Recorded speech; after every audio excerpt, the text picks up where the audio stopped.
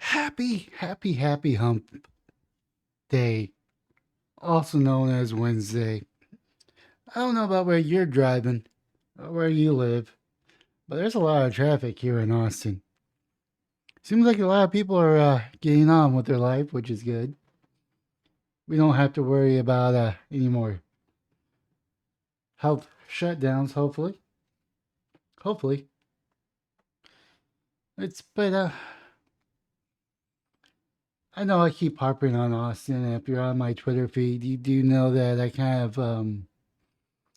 take an aggressive tone towards homeless city of Austin, property tax. But this is kind of reason why I do. I mean, according to this, Austin's once struggling to get people to move in until the 1980s. I'm at wit ends. People continue to get price out of Austin.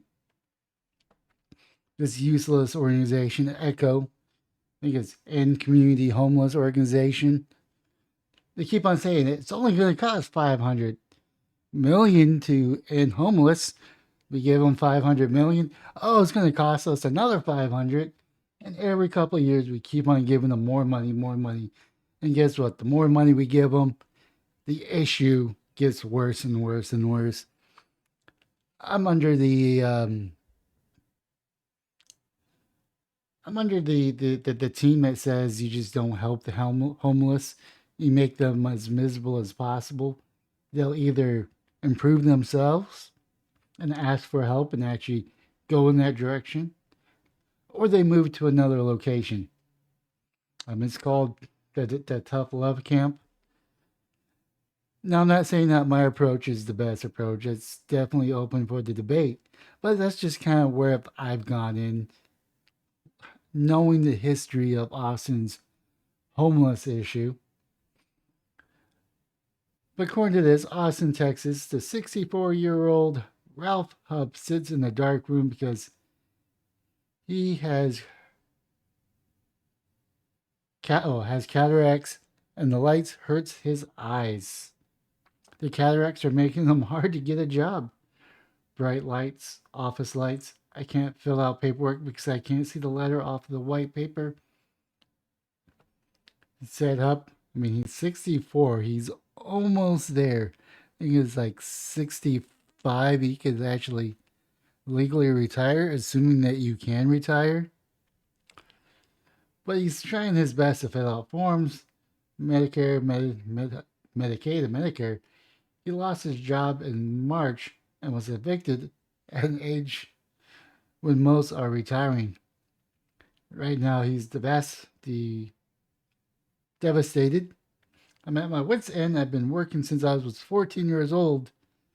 He and his dog are staying in the hotel until Monday. After Monday, it's back in the tent where I store my belongings right now.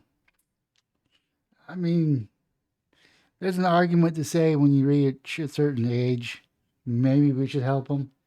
Send them to a nursing home, send them out to a farm. According to the homeless advocacy organization ECHO, Hupp's story is common. They say Travis County has a shortage of 6,000 permanent housing units for people experiencing homelessness. Well, you know, there's actually a shortage in houses, in homes, because city of Austin doesn't want us building homes. There's actually a shortage for people buying homes, which is causing the markets in Austin to be red hot, which causes property taxes to go out insane, which is pricing people out because they can't afford the property taxes. I mean, it's very frustrating to me. And unfortunately, the homeless people are getting a free ride. Some of them are getting a free ride. They're getting free home, free food, pretty much the whole 9 yards. I'm over here working for roughly a little shy over 60K a year, and I can barely make ends meet. And this is having no expenses other than my property, buying ammo, which is a little expensive, don't get me wrong, and the gas it takes me to go there every 2 weeks when I go there. But outside of that, he's got Netflix and the internet and the cell phone bill and a few other things to make sure the house has power and all that good crap. But I'm barely making it. I should be able to afford my property and save some and be able to spend anywhere between 3 to 5K a year on pet projects, but I can't because of property tax. Yeah, I know I'm kind of ranting. If we're seeing rent increases without wage increase, see, if the city of Austin, if Travis County really wanted to help with rent and want to help with taxes, they would freeze property values and only increase it when you sell it. But they don't do that. That's like one of the few things I like about California. My understanding of California is that they freeze the property value until you sell it.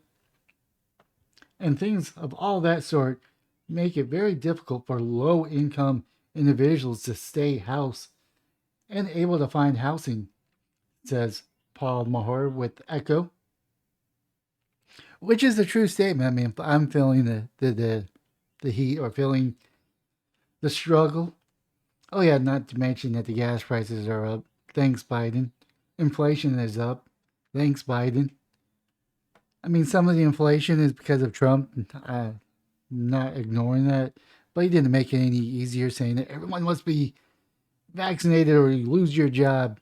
That does not strike confidence.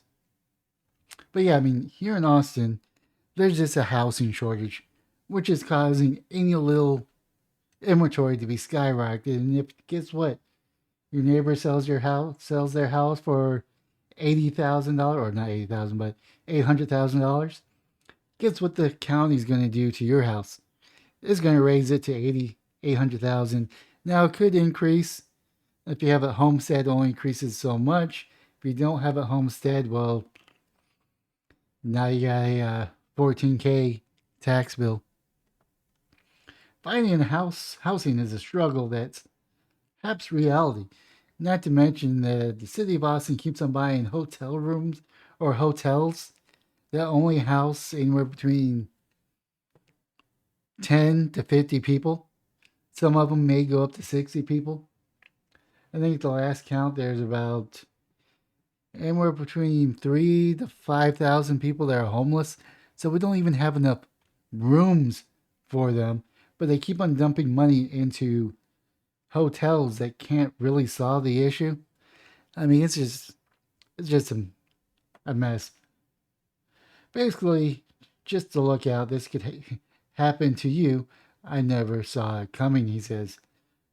Oh, I see it coming to me. And of course, there's a link to his Kami GoFundMe page. I'm not going to include it because I don't like GoFundMe. But yeah, this is just one person's struggle. And I have my own little struggle. Now, mine is self inflicted because I am buying property and I'm paying off a loan and making double payments. Now, this is just for the land. I haven't even started building on it. The only thing I've done was pretty much cut down some trees in a straight-ish path so I could have a shooting range and fencing so my dog could be safe while I camp there. That's just about it. I'm just making double payments, buying food, your typical stuff. You got your utilities, gas to get to work, into my property, and that's all the expenses I have with Netflix and, of course, the internet and the cell phone. All with that, I'm doing some calculations in my mind and I'm barely making do, mainly because I got hit with a little over 3K in income tax.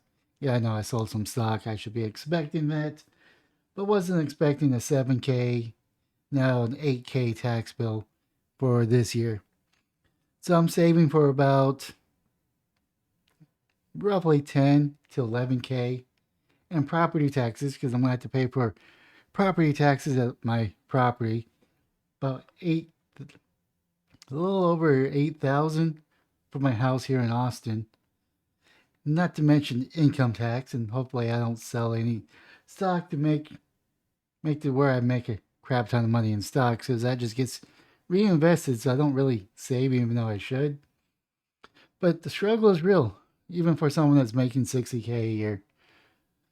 And I can't even imagine people that are renting, because rent is anywhere between 1,200 a month upwards to 3 to 4K a month, depending where you're at in Austin. I just say, for the people that want to move here, don't don't move here. Go to somewhere else. Go to San Marcos. Go to San Antonio. Go to Houston or go to Dallas. They got the housing inventory, and then property taxes are really cheap compared to over here in Austin. And plus, you could get a house reasonably priced.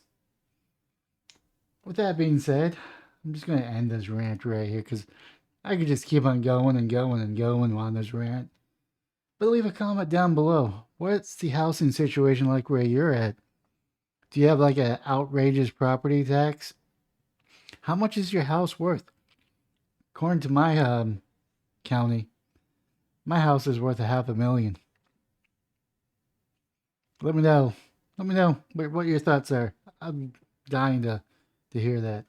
But please smash the like and subscribe button on any and all platforms, or just the platform you're currently watching.